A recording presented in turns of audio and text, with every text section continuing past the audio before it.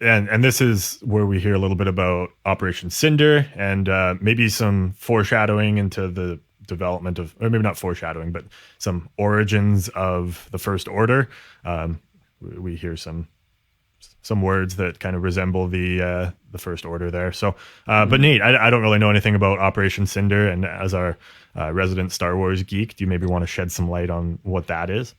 Yeah, I can kind of keep it condensed. Spoiler warning for Star Wars Battlefront 2. I mean, the game has been out for 3 years at this point. This comes from the main campaign, but essentially what Operation Cinder was right after the loss for the Empire at the Battle of Endor that we see at the end of Return of the Jedi. The Emperor has one final command, and that is to begin Operation Cinder, which is essentially all imperial all imperial worlds.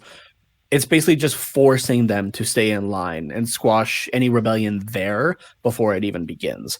So they just they don't destroy worlds in the sense of like they did to Alderaan of like literally blowing it up, but it kind of becomes unlivable and that sort of stuff. So it's essentially just spreading fear, and the Empire's argument is like fear will hold power.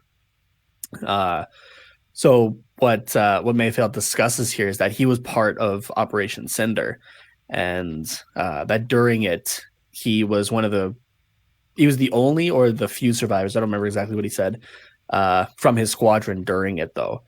So obviously Operation Cinder does hit a little bit home for Mayfeld, and it's kind of that idea that we saw at the very beginning of The Force Awakens with Finn, right? And kind of realizing like, oh my God, what am I doing? What am I a part of? The same thing that we saw in Battlefront 2 itself with that game's main characters of like, this is not what we signed up for. This is not right, and kind of realizing they may have been on the wrong side. So yeah, so we see a little bit of heat come from Mayfeld here towards Val and Hess before things get a little bit out of hand, and Mayfeld starts shooting. Blaster to the chest, everybody looks, and then you got to shoot everybody else. Yeah, exactly. The one line I did really like though is afterwards when after they clear out everyone in that room and the stormtroopers start to come, and Din puts his not his, I guess, the stormtrooper helmet back on.